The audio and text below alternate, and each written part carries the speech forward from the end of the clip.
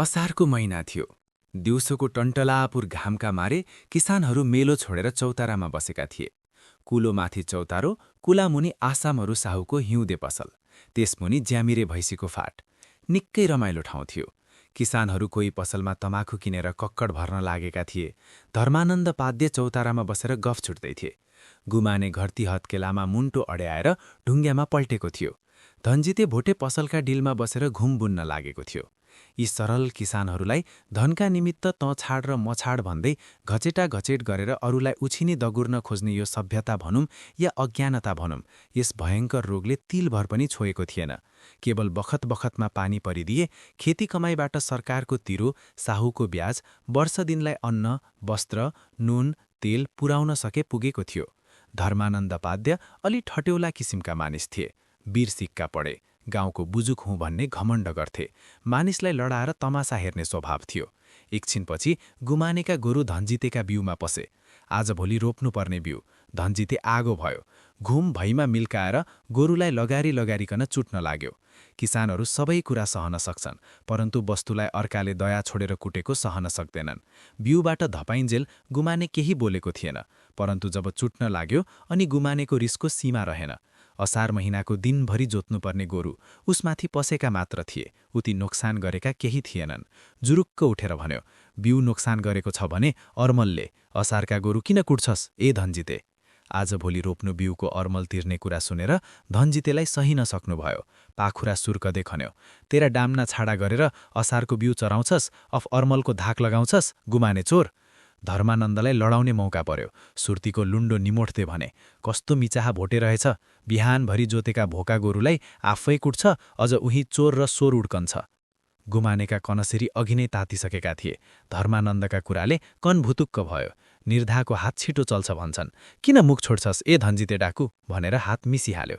धनजिते पनि चढ्दो उमेरको मानिस, बलको तुजुक, किन हट्थ्यो? दुवैजना लठारिँदै चौतारी मुनि पुगे। तमासा हेर्नेको ठट लाग्यो। धनजितेले गुमानेलाई लगेर कुलामा पछार्यो। गुमाने ढाक्रेहरूले चम्का लगाएको ढुङ्गो दुई हातले उचालेर आइलागेको थियो। धर्मानन्दले छेके। गुमाने दौराको फेर निचोड्दै पसलका डिलमा बसेर धनजितेसित अघोरसँग बाज्न लाग्यो। बाबुले धुली खेलेको भारी चोरेर 3 दिनसम्म छिडीमा जाक्के थियो, ठुलो हुन्छस्? काउले भन्ज्याङमा आरु घाटे नेवारको सुर्तीको ढाकर चोर्दा मानवीरे द्वारेले गोर्खेल लौरी कसेर चोरमा लडाएको कसको बाबुलाई नि गम्कन्छस्? बाउ आमा दिदी बहिनी कसैको इज्जत हुर्मत बाँकी रहेन। साँझ परेपछि पनि बाउँदै उकालो लागे। चौतारामा झगडा भएदेखि धनजिते र गुमानेको बोलचाल बन्द भयो। बाटामा धनजितेलाई देख्यो भने गुमाने तर्केर हिँड्थ्यो। भदौका आधा आधीतिर गाउँमा आँठे पर्यो। पहिले 1-2 दिन रुगा लागे जस्तो हुन्थ्यो, त्यसपछि चौपट्टसँग भुङ्गे जरी आउँथ्यो। 4-5 दिनपछि सन्निपातको लक्षण देखिन्थ्यो। 8 दिनका दिन खत्तम। गुमानेका विचारमा यो सबै देवदेवताको दोष थियो। भन्थ्यो, देवदेवताको मानभाव नगरेपछि यस्तै हुन्छ। परार रगतमासीले गाउँै सोत्तर भयो। गाउँका थानीको आजापूजा गरौँ भन्दा सिमे भूमे पुजेर पनि रोग हराउँछ। धर्मानन्दले मेरो कुरा हाँसोमा उडाए। आखिर घाटकी देवी र गाउँका भूमेको पूजा गरेका पर्सिपल्ट रोग साम्य भयो। गुमानेले जान्ने बसायो। गाउँका सारा मानिस जम्मा भए, तर करेसो जोरिएको धनजिते आएन। जान्नेले पनि देवीको दोष देखायो। सबै जम्मा भएर धुमधामसँग पूजा गरे। पूजा गरेको पर्सिपल्ट गुमानेकी स्वास्नी लडी। बिचरी झन्नै खुस्की थिई, बाँची। त्यसपछि धनजितेलाई समात्यो। 3 दिनपछि स्वास्नी चाहिँ लडी। एकातिर इन्तु न चिन्तु भएन स्वास्नी लडेकी थिई, अर्कातिर जराको तोडले धनजिते बरबराउन लागेको थियो। पानीसम्म खान दिने मानिस कोही थिएन। सारा गाउँ सोत्तर छ, कसले हेरचाह गरोस्? गाई बाखा किलाका किलै टट्टिएर मर्न लागे।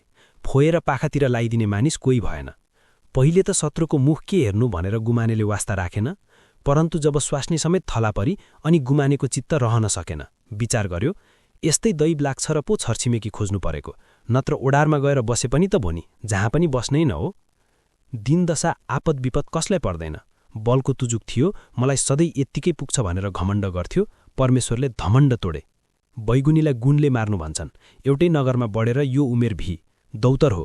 यस्तो आपदमा पनि देखेको नदेखिया गरे पाप लाग्दैन। गुमाने धनजिते कहाँ पुग्यो। गाई बाखा फोएर पाखातिर लाइदियो। धनजिते मुडो लडेकै उत्तानो परेर लडिरहेको थियो। दिशा पिसाबको होस थिएन। ओड्ने ओछ्याउ खाउने फेरिदियो। गुमानेले एकछिन छोडेन। मिरमिरे उज्यालो भएको थियो। गुमानेलाई खोज्दै आसामहरू साहु आइपुग्यो। एका बिहानै आसामहरूलाई देखेर गुमानेले भन्यो, कति कामलाई उकालो लाग्यो साहु? पसलमा बर्खे मालटाल छैन, डुबै डिनालाई सहर जाइदिन्छिस्? के छिमेकमा यो बिजोग भइरहेछ? केही काम नपाएर जान्छु भारी खेप्न? रोज रुपैयाँ दिन्छ लाता। के रुपैयाँको लोभ देखाउँछौ साहु? गरिब छु, निमेको मजुरीले छाक टार्नुपर्छ, तापनि पैसाको निम्ति आत्मा बेच्ने त्यति साह्रो नीच भएको छैन। छिमेकीलाई जिउँदाको जन्ती मर्दाको मलामी भन्छन्। यस्ता बेलामा चटक्क छोडेर भारी खेप्न हिँडे मर्दैन?